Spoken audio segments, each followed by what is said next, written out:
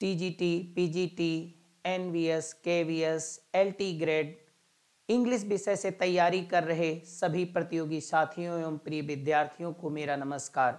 देखिए मेरे विद्यार्थियों, जैसा कि मैंने आप लोगों को पहले भी पढ़ा रखा है पोएट्री और एपिक, जो कि यूट्यूब चैनल पर है, आप उसे देख सकते हैं।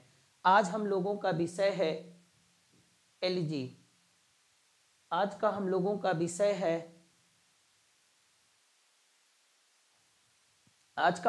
विषय है एलजी। इसके पहले मैंने पोएट्री को आप लोगों को पढ़ा रखा है। देखिए मेरे विद्यार्थियों, प्रतियोगी साथियों, आपको एक बात बताना मैं बहुत जरूरी समझता हूं।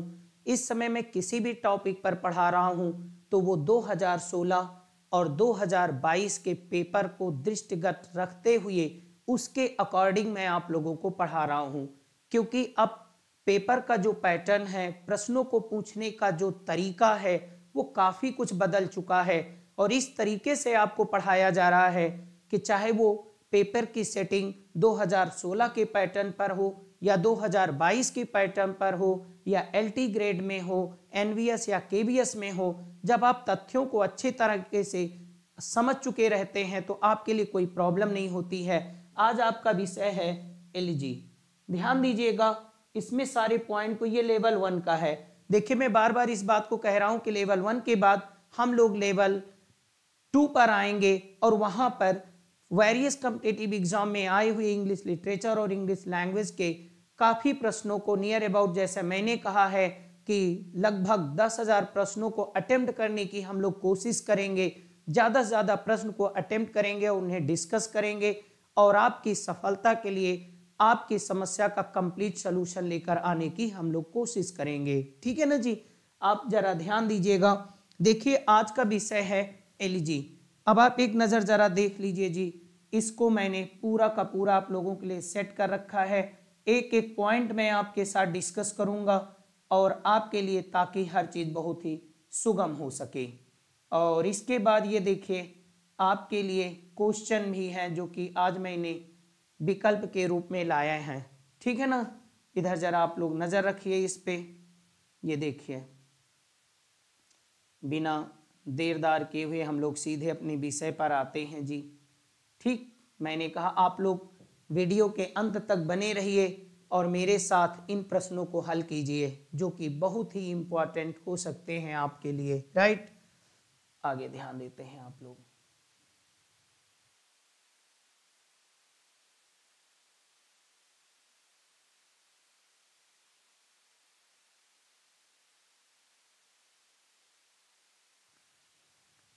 देखिए जी, जैसा कि मैंने आप लोगों को बताया,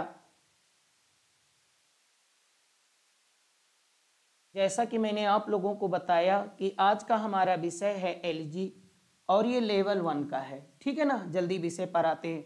अब आखिर में एक सवाल उठता है कि एलजी क्या है।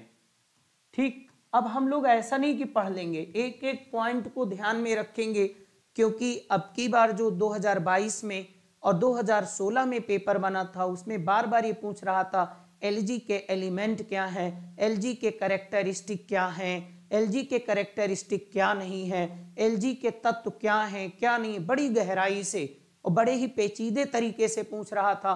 उसको केवल वही विद्यार्थी समझ सके, वही कैंडिडेट समझ सके जिन्होंने डीपली और बहुत ही क्लियरली उसको पढ़ के रखा था। ठीक है ना जी, तो आप लोग थोड़ा पेशेंस के साथ एक एक पॉइंट पे ध्यान दीजिए। मैं आपके लिए एक एक पॉइंट को डिस्कस करने की कोशिश करूंगा। पहली बात कह रहा है अ पोयम आर सॉन्ग। देखिए सबसे बड़ी चीज यही पूछा जा सकता है कि पोयम होती है कि सॉन्ग होता है। तो आप कहते हैं चाहे एलजी एक पोयम भी होती है या सॉन्ग भी होती है, दैट एक्सप्रेसेस, जो व्यक्त करती है sadness, specially for somebody who has died, जो मर चुका है। यानी कहने का मतलब हुआ कि एलजी एक गीत अथवा एक कविता होती है जो कि दुख व्यक्त करती है, खासकर उस व्यक्ति के लिए जो मर चुका है। अर्थात आप कह सकते हो कि ट्रेडिशनली, परंपरागत तरीके से शोक गीत इसे कहा जाता है, जो कि किसी मरे हुए व्यक्ति को समर्पित करके, उसको डेडिकेट करके गाया जाता है। अर्थात शोक गीत किसी की मृत्यु पर गाया हुआ एक गीत होता है। ठीक है ना, आगे भी हम लोग और बढ़ेंगे। देखिए ब्रॉडली, मोटे तौर पर वी कैन से, हम कह सकते हैं that an elegy is a mourning song, कि एलिजी एक शोक गीत होती है या पोयम ऑफ लेमेंटेशन, यानी कि बिलाप का, dedicated to a died person. ध्यान दीजिएगा जी, मैंने कहा वही बातें अब हो गई कि एलिजी क्या है, तो एलिजी इज अ पोयम और song that is sung dedicated to a dead person, है ना, कि एलिजी किसी मरे हुए व्यक्ति को समर्पित करके गाया हुआ एक शोक गीत होता है। लेकिन we can not confine definition of elegy to a limit, लेकिन हम लोग एलिजी के डेफिनेशन को किसी एक हद, किसी एक दायरे तक सीमित नहीं कर सकते हैं। आप आगे बढ़िए, पॉइंट को आप लोग ने नोट किया होगा कि एलिजी जो होती है एक पोयम है या सॉन्ग है जो कि मरे हुए व्यक्ति को समर्पित होती है। ध्यान रखिएगा जी, आप लोग उबिएगा नहीं, एक एक पॉइंट को हम लोग उठाएंगे, डिस्कस करेंगे। और भी देखिए, आप आगे बढ़िए, ध्यान दीजिएगा, we can not confine the range of an elegy, वही बातें जो मैंने अभी आपको बताया, we can not confine the range of an elegy, एक एक बात को मैंने पॉइंट टू पॉइंट आपके सामने रखा है ताकि आप एलिजी को अच्छी तरह से समझ सकें। कहते हैं we can not confine the range of an elegy that its subject matter must be mournful और सैडली रिफ्लेक्टिव और dedicated to a dead person. देखिए यहां तक ये क्या कह रहे हैं, कह रहा है कि लेकिन हम लोग केवल एलिजी को यहीं तक सीमित नहीं कर सकते हैं कि एलिजी किसी मरे हुए व्यक्ति के समर्पित करके गाया हुआ एक शोक गीत होता है। हम लोग एलिजी को केवल यहीं तक सीमित नहीं कर सकते हैं कि एलिजी किसी मरे हुए व्यक्ति की स्मृति में, उसकी याद में उसको समर्पित करके गाया हुआ एक शोक गीत है। एलिजी की परिभाषा केवल यहीं तक सीमित नहीं है। हाँ, परंपरागत तरीके से एलिजी का उद्भव इसी तरीके से हुआ। ठीक है ना जी, ओके, आगे ध्यान देते हैं। Some poets wrote elegy on loss of something as elegies are of two kinds, लेकिन कुछ कवि ऐसे भी हुए कि जिन्होंने केवल मरे हुए व्यक्ति की स्मृति में केवल मरे हुए व्यक्ति को ही समर्पित करके गीत को नहीं गाया, वो इस बाउंड्री से, वो इस सीमा रेखा, इस दायरे से बाहर आ गए। अर्थात उन्होंने किसी भी चीज की क्षति पर, किसी चीज की हानि पर भी शोक गीत को लिखा, है ना। तो हम कह सकते हैं कि traditionally elegy is a mourning song that is sung dedicated to a dead person, right. यानी परंपरागत तरीके से एलिजी एक शोक गीत होती है जो किसी मरे हुए व्यक्ति को समर्पित करके, डेडिकेट करके गाई जाती है। लेकिन हम एलिजी के डेफिनेशन को यहीं तक सीमित नहीं कर सकते हैं। कुछ कवि लोग क्या हुए जी कि some poet wrote elegy on loss of something as elegy are of two kinds, personal elegy and impersonal elegy. देखिए अब आप इस बात पे जरा ध्यान दो, एलिजी कितने प्रकार की हो गई, दो प्रकार की, पर्सनल एलिजी और इम्पर्सनल एलिजी। अब पर्सनल एलिजी से मेरा मतलब है कि वो शोक गीत जो किसी मरे हुए व्यक्ति की स्मृति में गाया गया हो और उसकी याद में गाया गया हो और उसको समर्पित हो। लेकिन इम्पर्सनल एलिजी उस प्रकार की एलिजी की तरफ इंगित करता है जो कि परंपरागत तरीके से किसी मरे हुए व्यक्ति की याद में ना गा करके किसी भी क्षति और किसी भी नुकसान पर गाया गया हो। जैसे कि आप जानते होंगे elegy written in a country churchyard, Thomas Gray की जो एलिजी है वो किसी मरे हुए व्यक्ति की स्मृति में नहीं गाया गया है ना। वो किसी व्यक्ति को, एलिजी जो होता है वो किसी की स्मृति में नहीं गाया गया है, बल्कि वो एक जो होती है मानवता की हनन पर गाया गया है। ठीक है ना जी। अब मैथ्यू आर्नोल्ड का डॉवर बीच इस तरह की एलिजी का बहुत बढ़िया एग्जाम्पल है। ध्यान देना, इम्पर्सनल एलिजी, मैथ्यू आर्नोल्ड की डोवर बीच, ठीक है ना, okay. In a personal elegy poet laments the death of some close friend. ध्यान दीजिएगा, पूरा स्पष्ट लिखा हुआ है, in a personal elegy poet laments the death of some close friend. यानी कि पर्सनल एलिजी में जो पोएट होता है वो अपने किसी नजदीकी मित्र या किसी प्रियजन की मृत्यु पे गाता है। In impersonal elegy poet grieves over some loss or human destiny. Thomas Gray's elegy written in country churchyard. Okay, is an example of an impersonal elegy. ये इम्पर्सनल एलजी की ही उदाहरण है, ठीक है ना जी। ओके, अब यहां पे हम लोग कहते हैं कि in this elegy grievings about mortality of human life, यहां पे कभी मनुष्य की जीवन की जो मॉर्टेलिटी है नहीं, उसकी नश्वरता है, उसको उस पर अपना शोक व्यक्त करता है। Matthew Arnold Dover Beach comes under the category of impersonal LG in which he mourns the loss of religious value and growing materialism in English society। मतलब मैथ्यू आर्नोल्ड की जो डॉवरविच है वो इम्पर्सनल एलजी का उदाहरण है, जिसमें मैथ्यू आर्नोल्ड धर्म की क्षति का, धार्मिक मूल्यों के हनन का और बढ़ती हुई भौतिकतावाद पर शोक व्यक्त करता है। ठीक है ना जी। एक मिनट आप हमारी बात को ध्यान से सुन लीजिए। अर्थात मैं कहना चाह रहा हूं कि एलजी परंपरागत तरीके से किसी की मृत्यु पर लिखा हुआ शोक गीत होता है, जिसमें कभी किसी अपने प्रियजन की मृत्यु का शोक मनाता है। लेकिन एलजी की डेफिनेशन को यहीं तक सीमित नहीं किया जा सकता है, एलजी इसके आगे भी निकल जाती है। अर्थात एलजी दो प्रकार की बताई गई, एक पर्सनल एलजी और इम्पर्सनल एलजी।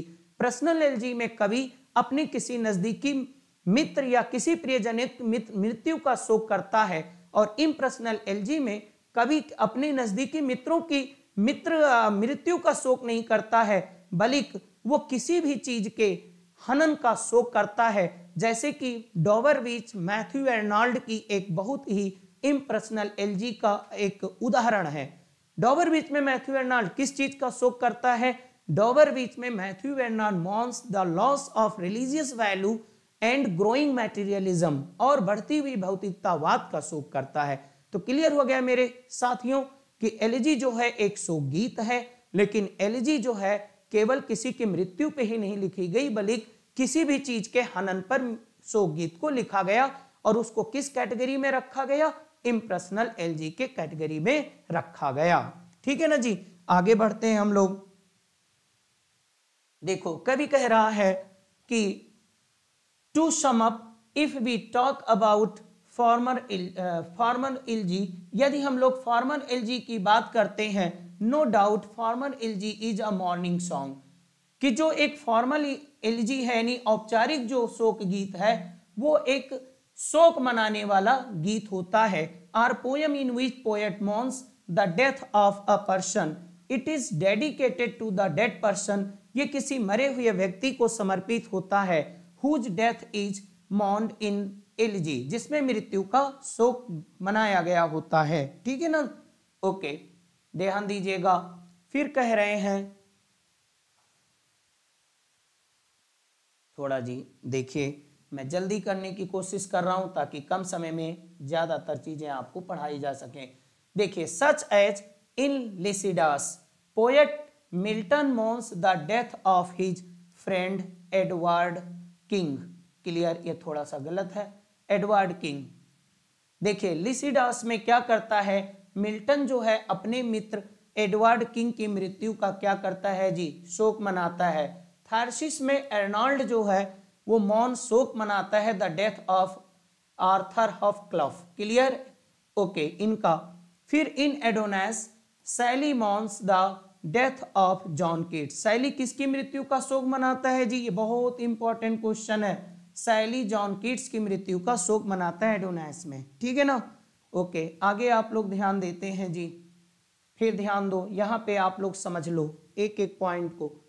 अब आप लोग समझ चुके होंगे कि एलजी क्या है। एलजी को हम लोग कहते हैं एक मॉर्निंग सॉन्ग। ठीक है ना, यानी कि शोक मनाने वाली कविता है।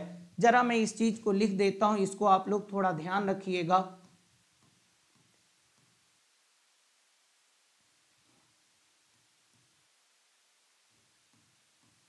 थिनॉडी, ये सब एक ही कैटेगरी के, इनको समझिएगा आप लोग। डर्ज, थिनॉडी, मोनोडी। क्लियर,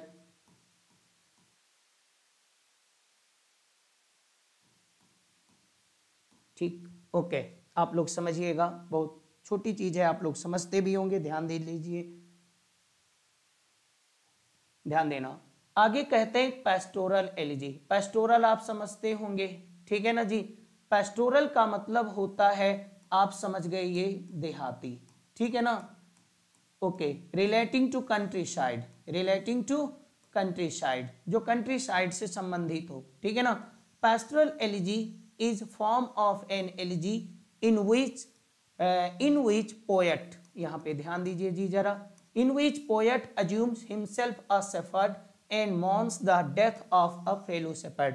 यानी कि जो पेस्टोरल एलिजी होती है, इसमें कवि अपने आप को एक गणरिया मान लेता है और अपने साथी गणेरिया की मृत्यु पर विलाप करता है। ध्यान दीजिए मेरे साथ, मतलब in pastoral elegy poet assumes himself a shepherd and mourns the death of his fellow shepherd. ठीक है, क्लियर हो गया जी। मतलब पेस्टोरल जो एलिजी होती है, इसमें कवि अपने आप को गणेरिया मान लेता है और अपने साथी गणेरिया की मृत्यु पर विलाप करता है। ये यहां से सवाल जी बहुत बने हैं कि लिसिडॉस, एडोनाइस है ना, और ये जो थैरसिस है, ये सब मैथ्यू एर्नाल्ड की हैं, ये पेस्टोरल एलिजी के ही उदाहरण हैं, ठीक है ना जी। आगे, pastoral elegy is written by adopting pastoral convention. Convention माने हो गई जी परंपरा, ट्रेडिशन, ठीक है ना जी, ध्यान देते रहो। Pastoral elegy is written by adopting pastoral convention and classical mythology, goats, sheep, pastures, all pastoral gods and goddesses and fauns and satyr are presented as imagery, ठीक है ना जी। तो मतलब पेस्टोरल जो एलिजी होती है, उसकी जो सेटिंग होती है वो पेस्टोरल होती है, पेस्टोरल कन्वेंशन को फॉलो किया जाता है और लिखा जाता है। ये सवाल आपसे पूछा जाएगा कि पेस्टोरल एलिजी में क्या क्या होता है।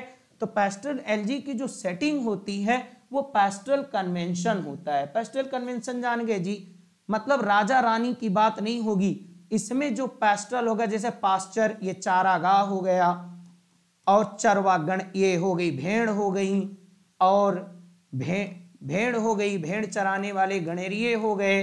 और जो पेस्टोरल गॉड्स हैं, जैसे कि और गॉड्स जैसे फॉन, ये देवता हैं जो कि जंगल के देवता हैं, सैटियर, इन सबको दिखाया जाता है, आर प्रेजेंटेड एज इमेजरी, एक इमेजरी के तौर पर उन्हें दिखाया जाता है। तो पेस्टोरल एलिजी बहुत पूछा जाता है, भी मैं आपको बताऊंगा, उन प्रश्नों की बात करूंगा जो प्रश्न अब तक टीजीटी पीजीटी में बहुधा पूछे गए हैं, ठीक है ना।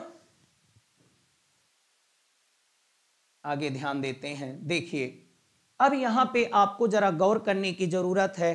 अब यहां से सवाल खूब बनेंगे, आप लोग जरा ध्यान दे लो, ये सब खूब पूछे गए हैं। अगर आपने पढ़ा है जी तब भी, और नहीं पढ़ा है तब भी आप एक नजर इनको ध्यान से देख लो, क्योंकि देखिए कॉम्पिटिटिव एग्जाम में सफलता को जो रहस्य होता है वो किसी चीज को फ्रीक्वेंट पढ़ना, जितनी ज्यादा बार आप पढ़ते हैं, जितने ध्यान से पढ़ते हैं, उतने फैक्ट आपके दिमाग में अच्छी तरीके से बैठ जाते हैं और एग्जामिनेशन में आपके कॉन्फिडेंस के लेवल को बढ़ा देते हैं और आप भूल से भी भूल नहीं करते हैं, और परिणाम ये होता है कि आप प्रतियोगी परीक्षा में बाजी मार ले जाते हैं, ठीक है ना।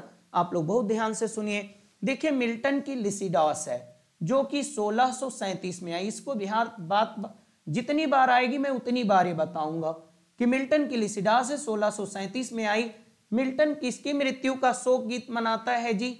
मिल्टन जो है वो एडवर्ड किंग की मृत्यु का शोक मनाता है। और शैली की मृत्यु का शोक, शैली जो है किस एडोनाइस में 1821 में लिखी गई, और ये क्या है जी? ये कीट्स की मृत्यु का शोक मनाता है। मैथ्यू एर्नाल्ड की जो है वो थैरसिस होती है जो कि 1861 में लिखी जाती है, और एएच क्लफ की मृत्यु का शोक मनाती है। बहुत पॉइंट को आप लोग ध्यान देते जाइए और देखते जाइए, ध्यान देना। देखिए जी, ये सब आप लोग थोड़ा सा ध्यान देंगे सब समझ में आ जाएगा। देखिए जी, स्पेंसर ने एस्ट्रोफेल लिखा है, ये बात बहुत ध्यान रखिएगा, 1586 में लिखा। ओके, और फिलिप सिडनी की मृत्यु पर शोक मनाता है। मिल्टन की लिसिडॉस 1637 में आई और एडवर्ड किंग की मृत्यु का शोक मनाया गया। ध्यान देते जाओ, ये सब ये इंपॉर्टेंट है आप लोगों के लिए।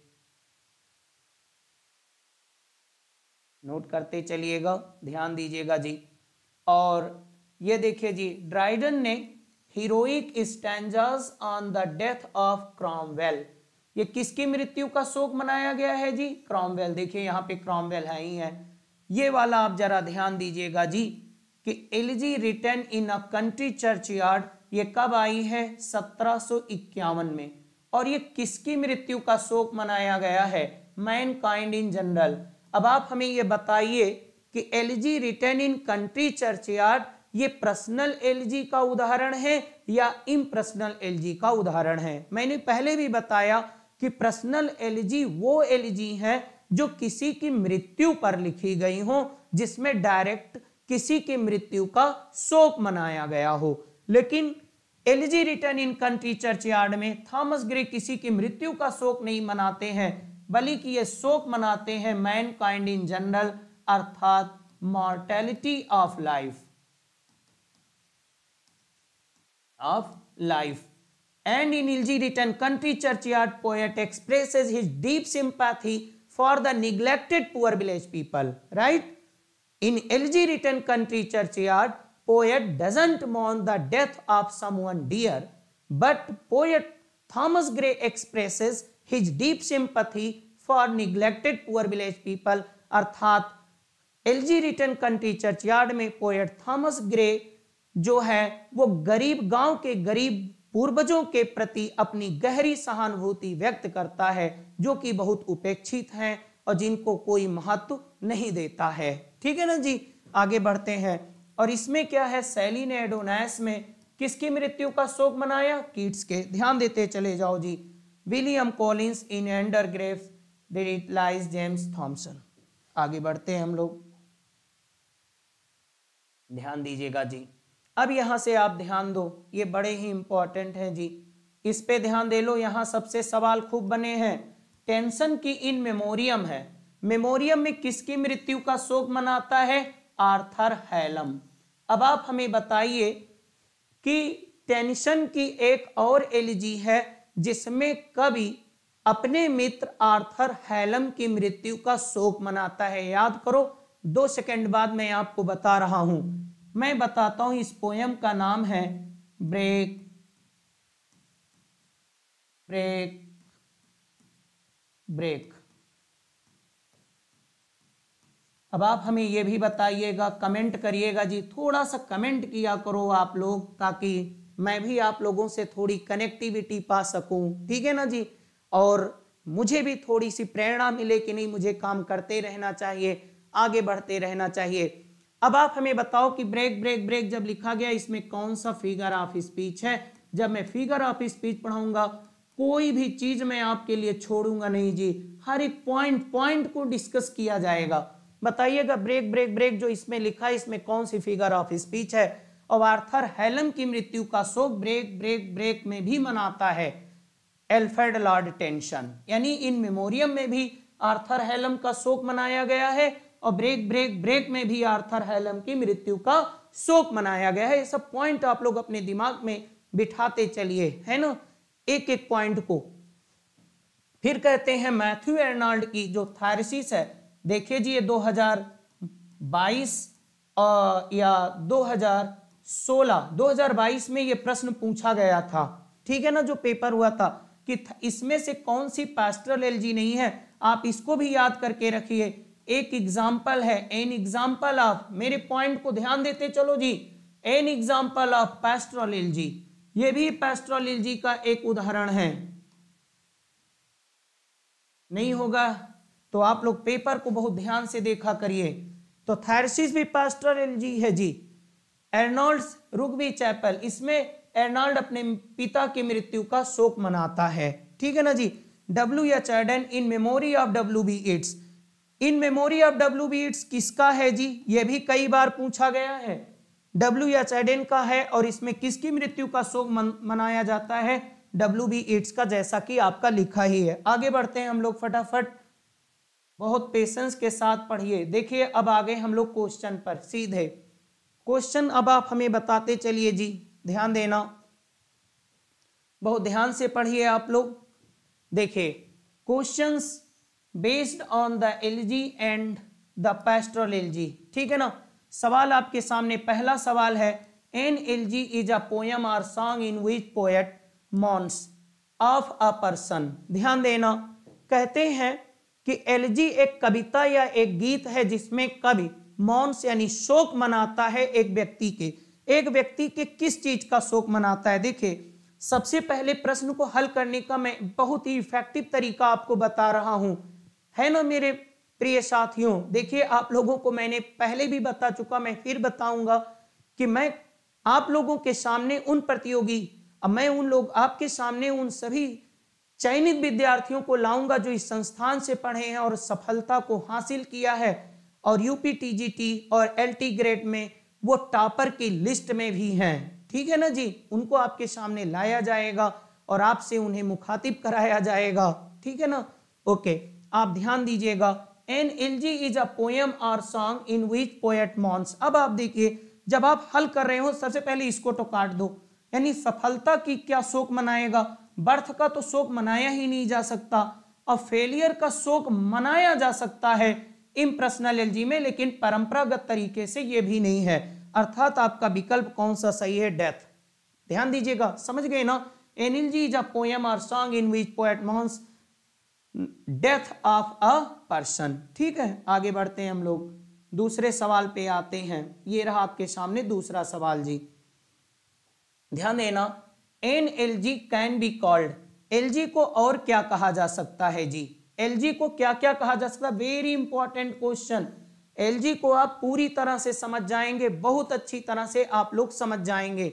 N elegy can be called, elegy को कहा जा सकता है, इसको मॉर्निंग सॉन्ग यानी कि एक शोक गीत भी कहा जा सकता है, यानी दुख मनाने वाला गीत। देखो जी, मौन होता है ना, इसका मतलब होता है शोक मनाना, और इसी को डेथ सॉन्ग भी कह सकते हैं, इसी को सॉन्ग ऑफ लेमेंटेशन भी कहा जाता है, यानी कि ये विकल्प इसका सही है, ऑल ऑफ दीज। ठीक है ना जी। आगे बढ़ते हैं फटाफट हम लोग, थोड़ा सा आप पेशेंस रखिए, प्रश्नों को समझिए। ये जी लेवल 1 के हैं, केवल इसी स्तर के प्रश्न नहीं रहेंगे, मैं आप लोगों के सामने हर एक स्तर के प्रश्न को लाऊंगा। ठीक है ना जी। आप लोगों के सामने हर एक स्तर, हर एक लेवल के प्रश्न लाए जाएंगे। ये तो जी जैसे मैंने आपसे बताया कि लेवल 1 है, आपको मैं एकदम बेसिक का बच्चा मान के पढ़ा रहा हूं कि आप एकदम बेसिक से तैयारी करने वाले हैं। एलजी को आप समझ जाइए, उसके बाद तो हम लोग लेवल 2 में मिलेंगे ढेर सारे प्रश्नों के साथ, और हर एक पॉइंट पर हम लोग डिस्कशन करेंगे। ध्यान दीजिएगा। An elegy may be written as homage to someone, कहता है कि एलजी जो है लिखी जा सकती है एज अ होमेज, एक श्रद्धांजलि के रूप में, टू समवन, किसी व्यक्ति के लिए, और some loss. This type of elegy is called. Very important question, जल्दी बताइए आप लोग, ध्यान दीजिएगा, क्वेश्चन को ध्यान से पढ़िए। कह रहा है कि एक एलजी जो है एक श्रद्धांजलि के रूप में लिखी जा सकती किसी व्यक्ति के लिए या किसी भी नुकसान के लिए, है ना। और उसके बाद कह रहा है this type of elegy is called, इस प्रकार की एलजी को कहा जा सकता है। क्या सीरियस एलजी कहा जा सकता है? नहीं जी। पैस्टोरल एलजी भी नहीं कहा जा सकता है। पर्सनल एलजी में तो कवि अपने किसी प्रियजनों की मृत्यु का शोक मनाता है। ठीक है ना जी, यानी कि पर्सनल एलजी भी नहीं हो सकता। विकल्प कौन सा सही है जी? Impersonal LG. ठीक है ना जी। आगे बढ़िए, ध्यान दीजिएगा। हम लोग कह रहे हैं Arnold's Dover Beach and Thomas Gray's elegy written in a country churchyard typified. Typified का मतलब उदाहरण प्रस्तुत करती हैं, उदाहरण है एज, किसके उदाहरण है जी? बताइए। ये पैस्टोरल एलजी के? नहीं जी, पैस्टोरल एलजी नहीं है ये पर्सनल एलजी है? नहीं, क्योंकि इसमें कभी डॉबरविच में वो किसी की मृत्यु का शोक नहीं मनाता है। डॉबरविच में Matthew Arnold growing materialism and loss of religious value Christianity, इसकी का शोक मनाता है। इसलिए, और आपको बताया भी ऊपर मैंने, किलजी रिटन इन कंट्री चर्चयार्ड में भी, ये सब क्या है जी? इम्पर्सनल एलजी के उदाहरण हैं। ये फॉर्मल एलजी भी नहीं है, पर्सनल एलजी भी नहीं है। इसी तरीके के प्रश्न 2016, 2022 या एलटी ग्रेड या एनवीएस केवीएस में पूछे गए हैं। मैं उन्हीं प्रश्नों की तर्ज पर प्रश्नों की एक श्रृंखला तैयार किया है जो आपके सामने लाया जाएगा। आप लोग केवल पेशेंस के साथ सुनिए, समझिए और पढ़िए। आगे कुछ प्रश्नों का जवाब आप लोग देंगे, हर प्रश्न का जवाब हम ही नहीं देंगे जी, राइट। ध्यान दीजिएगा, आप लोग थोड़ा सा भी जुड़िए। कहते हैं Astrophel is an elegy written by Spenser, यानी कि एस्ट्रोफेल किसका एक एलजी है जी? स्पेंसर का। Okay, in which poet mourns, जिसमें कवि शोक मनाता है द डेथ ऑफ, किसकी मृत्यु का शोक मनाता है? मिल्टन की? नहीं जी। चौसर का? नहीं जी। W H Auden, Philip Sidney. अब आप हमें यह बताइए कि स्पेंसर फिलिप सिडनी की मृत्यु का शोक मनाते हैं और उस पोयम का नाम, उस एलजी का नाम क्या रखते हैं? एस्ट्रोफेल। अब आप हमें यह बताइए कि उन्होंने एस्ट्रोफेल नाम ही क्यों रखा? अपनी कविता यानी अपनी शोक गीत का नाम उन्होंने एस्ट्रोफेल क्यों रखा, जो कि फिलिप सिडनी की मृत्यु का शोक मनाते हैं? ये जवाब हम आप लोगों से अपने कमेंट बॉक्स में चाहते हैं जी, है ना। ध्यान दीजिएगा, नहीं तो मैं तो हर एक प्रश्न का जवाब आपकी दूंगा और मैं आप लोगों के लिए लाइव भी पढ़ाऊंगा। आप लोग केवल पेशेंस के साथ पढ़िएगा, है ना जी। चलिए इस प्रश्न को आप लोग जरा अटेम्प्ट करिए फटाफट जी। Okay, in Lycidas Milton mourns the death of Edward King, ऊपर भी बताया गया है। अब आप मुझसे पूछोगे कि सर जब ऊपर आपने बताया था तो यहाँ प्रश्न लाने की क्या जरूरत है? जी जरूरत। जिस चीज को हम लोग पढ़ेंगे उसे हम कई बार पढ़ेंगे, उसे हम अपना टेस्ट में भी रखेंगे, उस पर हम लोग डिस्कशन भी करेंगे। इसी ढंग से तैयारी करके आप अपनी सफलता को सुनिश्चित कर सकते हैं। जहां प्रतिस्पर्धा, जहां प्रतियोगिता इतनी कठोर हो, वहां पे अच्छे से रणनीति बना के ही हम लोग अपनी सफलता को सुनिश्चित कर सकते हैं। ध्यान दीजिएगा जी। कहते हैं in Lycidas Milton mourns the death of Edward king.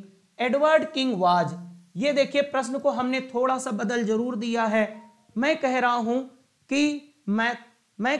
कि मिल्टन ने एक पोयम लिखा, क्लियर, लिसिडास लिखा और उसमें वो एडवर्ड किंग की मृत्यु का शोक भी मनाता है। अब आप हमें बताइए कि एडवर्ड किंग और मिल्टन में क्या रिलेशन था, उनका क्या संबंध था? तो क्या था कि वो उनका रिलेटिव था? नहीं जी, रिलेटिव नहीं था, वो उनका कलीग था, सहकर्मी। कलीग का मतलब क्या होता है जी? सहकर्मी, जो साथ काम करते हैं। थोड़ा सा आप लोग ध्यान देते जाओ, बहुत सारी बात बताते रहेंगे। चाइल्डहुड फ्रेंड था, बचपन का दोस्त था। नहीं जी, बचपन का दोस्त नहीं था। इसमें जो मुख्य बात है ये है जी, यानी मिल्टन और एडवर्ड किंग ये यूनिवर्सिटी मेट थे, आप इनको स्कूल मेट भी कह सकते हैं। ये साथ पढ़ने वाले बंदे थे दोनों, ठीक है ना। तो मिल्टन एडवर्ड किंग की मृत्यु का शोक मनाता है लिसिडास में। और एडवर्ड किंग मिल्टन के जी कौन होते हैं? आप कहते हो कि एडवर्ड किंग मिल्टन के यूनिवर्सिटी में साथ पढ़ने वाले साथी होते हैं जी, राइट। आगे बढ़ते हैं फटाफट, ध्यान देते जाओ। आप लोगों से लेवल 2 में मुलाकात होगी और बहुत अच्छे ढंग से हम लोग अपनी तैयारी को सुनिश्चित करेंगे। आगे, what kind of elegy is Lycidas? फिर वही सवाल आ रहा है कि लिसिडास किस कैटेगरी का एलजी है? तो लिसिडास किस कैटेगरी का एलजी है जी? ये है नॉन सीरियस एलजी? नहीं जी। तो क्या पर्सनल एलजी है? नहीं जी। तो क्या है? यह एक पैस्टोरल एलजी है। फिर वही बात आएगा कि पैस्टोरल एलजी क्या होती है। मैं फिर बता रहा हूं, pastoral elegy is a distinct form of an elegy in which poet assumes himself personality of a shepherd and mourns the death of his fellow shepherd, right? यानी कि पैस्टोरल एलजी एक विशिष्ट फॉर्म है एलजी की, जिसमें कवि अपने आप को गणेरिया मान लेता है और अपने साथी गणेरिया की मृत्यु पर विलाप करता है। ठीक है ना जी, समझ गए होंगे, बहुत अच्छे से समझ के रखिए। थोड़ा सा बाइलिंगुअल होने की कोशिश करता हूं, देखिए, क्योंकि जैसे मैं ऑफलाइन क्लास पढ़ाता हूं, मैं सोचता हूं कि उसी तरीके से मैं अपने सभी प्रतियोगी साथियों को, अपने प्रिय विद्यार्थियों को उसी तर्ज पे क्लास दूं।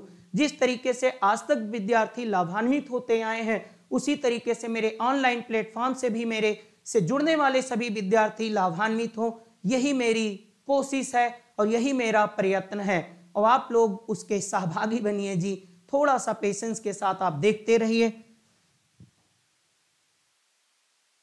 देखिए, कह रहे हैं कि who wrote an LG entitled heroic stanzas on the death of Cromwell.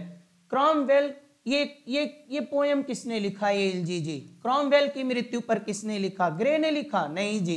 Okay, WH. Ordained ने लिखा? नहीं जी। तो किसने लिखा? विलियम कॉलिंस ने लिखा? नहीं जी। अब बताइए किसने लिखा? तो आपने कहा सर ड्राइडेन जी ने लिखा। याद करिएगा, बहुत इंपॉर्टेंट क्वेश्चन है जी। हम लोग ढेर सारे प्रश्न को हल करेंगे, ये तो अभी केवल समझ जाइए जी।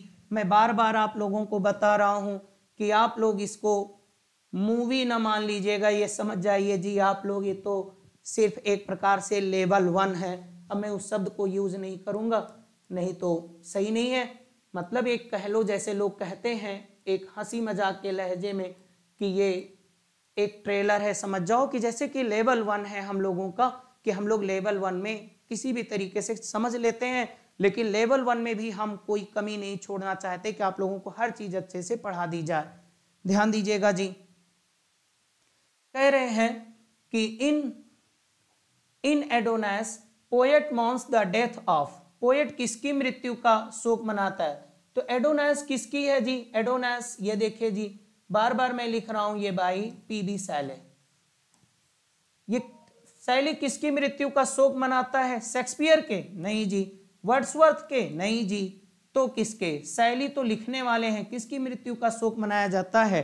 कीट्स की मृत्यु का शोक मनाया जाता है।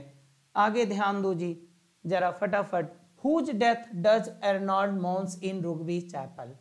ये रग्बी चैपल में किसकी मृत्यु का शोक मनाता है? हिज वाइफ का? नहीं जी। His friend? नहीं जी। हिज मदर का? नहीं, अपने फादर का। चलिए मुझे नाम लिख के बताइएगा, एर्नॉल्ड के पिता का क्या नाम था जिसकी मृत्यु का शोक मनाया जाता है? मैं सारे प्रश्नों को इंक्लूड करूंगा, लेकिन यहाँ पे एलजी का एक चैप्टर चल रहा है, क्वेश्चन ज्यादा ला करके इधर उधर हम लोग नहीं करना चाहते, यानी डाइग्रेशन नहीं चाहते हैं, लेकिन हम लोग लेवल 2 में हर एक प्रश्नों के साथ मिलेंगे।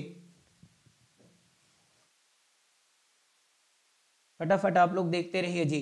इन memory of W B. Yeats poet mourns कभी शोक मनाता है the death of W B. Yeats. Who is poet of this LG?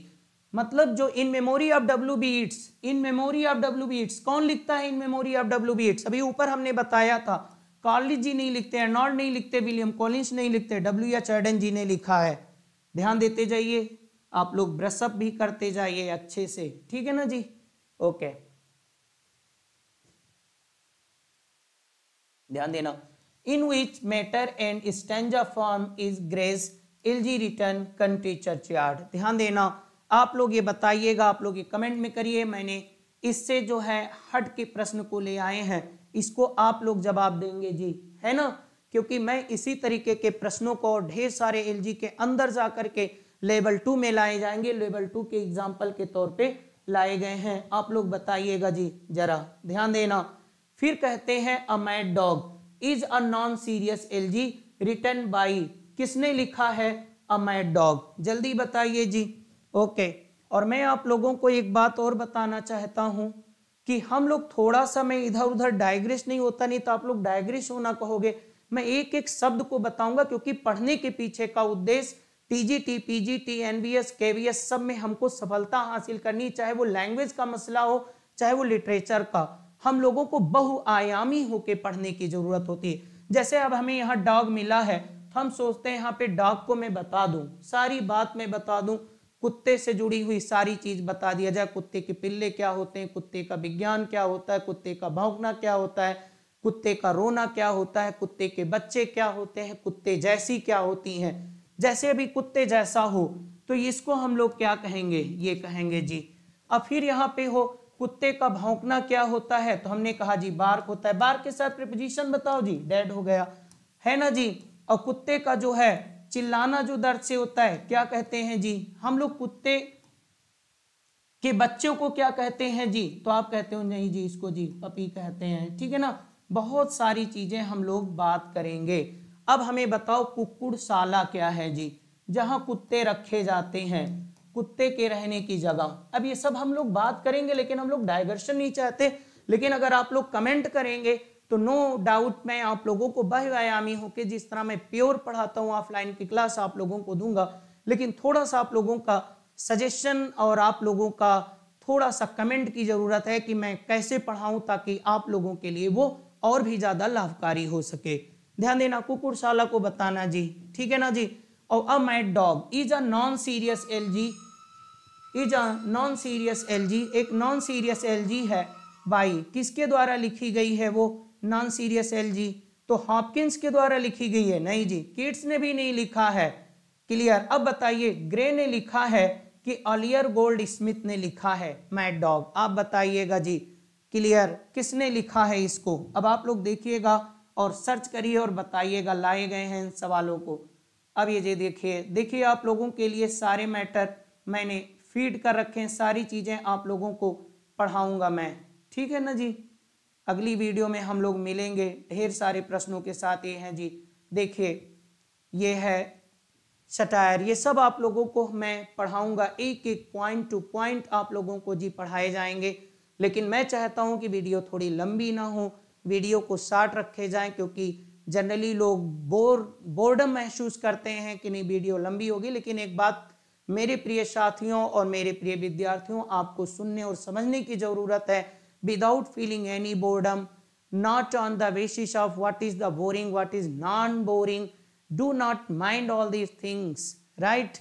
Keep on your studies, okay? अपनी पढ़ाई को आप जारी रखिए और बड़ी गहराई से और एक एक पॉइंट को क्लियर करते हुए आप लोग पढ़ते रहिए, ताकि भविष्य में आपकी सफलता सुनिश्चित हो सके, ठीक है ना। चलिए अगली विषय में, अगली क्लास में हम लोग फिर किसी महत्वपूर्ण टॉपिक के साथ मिलेंगे। तब तक के लिए आप लोगों को नमस्कार। और साथियों, आप लोग हमारे चैनल को अपना प्यार दीजिए और थोड़ा सा सहयोग करने की कोशिश करिए, ताकि आपका ये चैनल भी प्रोग्रेस कर सके और आप लोगों को मैं आगे भी पढ़ाता रहूं, ठीक है ना। ओके।